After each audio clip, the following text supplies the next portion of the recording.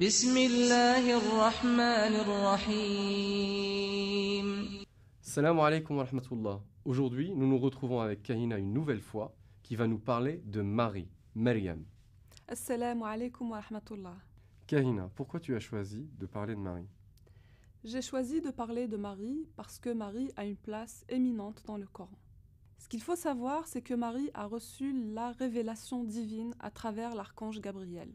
Marie a reçu les anges qui sont venus lui annoncer sa prédilection par le Seigneur des mondes. Il y a un verset qui nous parle de cela dans le Coran. وَإِذْ قَالَتِ الْمَلَائِكَةُ يَا مَرْيَمُ إِنَّ اللَّهَ اصْطَفَاكِ وَطَهَّرَكِ وَاصْطَفَاكِ عَلَى نِسَاءِ الْعَالَمِينَ يَا مَرْيَمُ اقْنُتِي لِرَبِّكِ وَاسْجُدِي وَارْكَعِي مَعَ الرَّاكِعِينَ.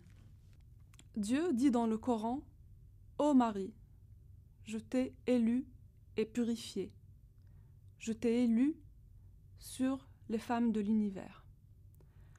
Nous retrouvons ici à deux reprises l'élection de Marie. La première élection est celle de l'élection de la dignité et de la pureté en tant qu'être humain.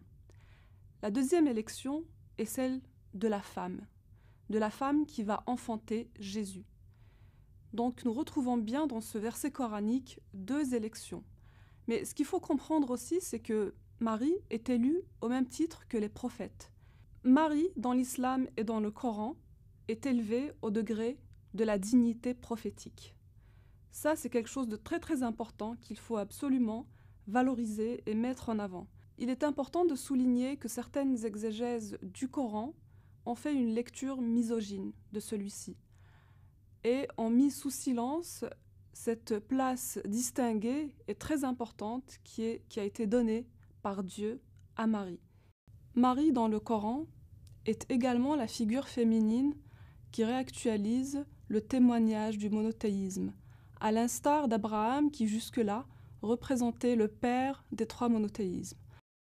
Marie est née dans une famille juive, la famille d'Imran, et puis après elle est la mère de Jésus-Christ, et ensuite Marie est placée dans l'islam, dans le Coran, à une place éminente. Combien de fois Marie est-elle citée dans le Coran et comment? Marie est citée 11 fois pour elle-même dans le Coran et 23 fois en tant que mère de Jésus. On peut comparer le nombre de fois que Marie a été citée dans le Coran par rapport au nombre de fois que Mohammed sallallahu alayhi wa sallam a été cité dans le Coran. Le prophète Mohammed a été cité 5 fois. Cela nous indique l'importance de Marie. Nous retrouvons l'histoire de Marie et de sa famille dans 2 sourates entières. Nous avons la sourate 3, sourate Al-Imran, la famille d'Imran, et il y a une sourate entière qui s'appelle la sourate de Marie. Il y a un autre endroit où Marie est citée, c'est la sourate des prophètes, sourate Al-Anbiya. Dans cette sourate, Dieu cite seulement des modèles ou des figures masculines, et Marie est la seule figure féminine qui est élevée au rang de la dignité prophétique. Elle est citée au même titre que les prophètes dans cette sourate. Il y a un autre point qui est très important et qu'il faut absolument souligner, c'est que Marie est nommée en tant que telle. C'est-à-dire que quand Dieu parle de Marie ou qu'il s'adresse à elle, il dit « Ya Maryam ».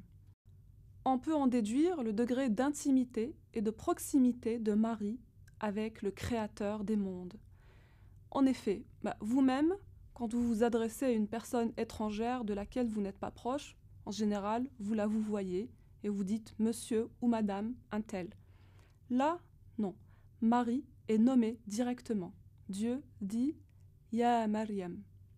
Kahina, peux-tu nous parler du contexte familial de la naissance de Marie? Marie a hérité de la prédilection de la famille dans laquelle elle est née, la famille d'Imran. Je vais vous lire les versets coraniques de la naissance de Marie, en tout cas de l'histoire de sa famille avant sa naissance, qu'on trouve dans la sourate Al-Imran, la sourate 3. Inna Allah astafa Adama wa Nuhan wa ala Ibrahima wa ala Imrana ala al-alamin. ذرية بعضها من بعض والله سميع عليم إذ قالت امرأة عمران ربي إني نذرت لك ما في بطني محررا فتقبل مني إنك أنت السميع العليم. Dieu a élu Adam, Noé, la famille d'Abraham et la famille d'Imran et les a élevés au-dessus des mondes. Ce verset nous indique l'élection de la famille de Marie, la famille d'Imran.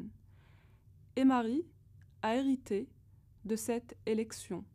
Dans ce verset que je viens de citer, la femme d'Imran, la mère de Marie, Anne, selon la tradition chrétienne, dit à son Seigneur, « Ô mon Seigneur, je te voue ce qui est en mon sein. » La mère de Marie dit cela suite à de longues années d'attente, d'invocation, pour avoir un enfant. En fait, elle était stérile, elle n'arrivait pas à avoir d'enfant, et elle a invoqué son Seigneur pour lui donner un enfant. Quand elle a su qu'elle était enceinte, elle a dit « Ô mon Seigneur, je te voue cet enfant. » Muharraran, c'est le mot qui est utilisé dans ces versets-là, c'est-à-dire libéré des contingences matérielles du monde, un enfant qui serait voué à l'adoration de Dieu. Dieu fit un bon accueil à la demande de Anne, la mère de Marie. Nous verrons dans une prochaine vidéo comment Dieu a exaucé les vœux de Anne, la mère de Marie, et l'histoire de la naissance de Marie, de sa jeunesse et sa vie. Merci Kahina pour cette vidéo d'introduction à la vie de Marie. Rendez-vous dans les prochaines vidéos sur Parle-moi d'Islam. Wassalamu alaikum wa rahmatullah. Je vous dis à très bientôt. Wassalamu alaikum wa rahmatullah.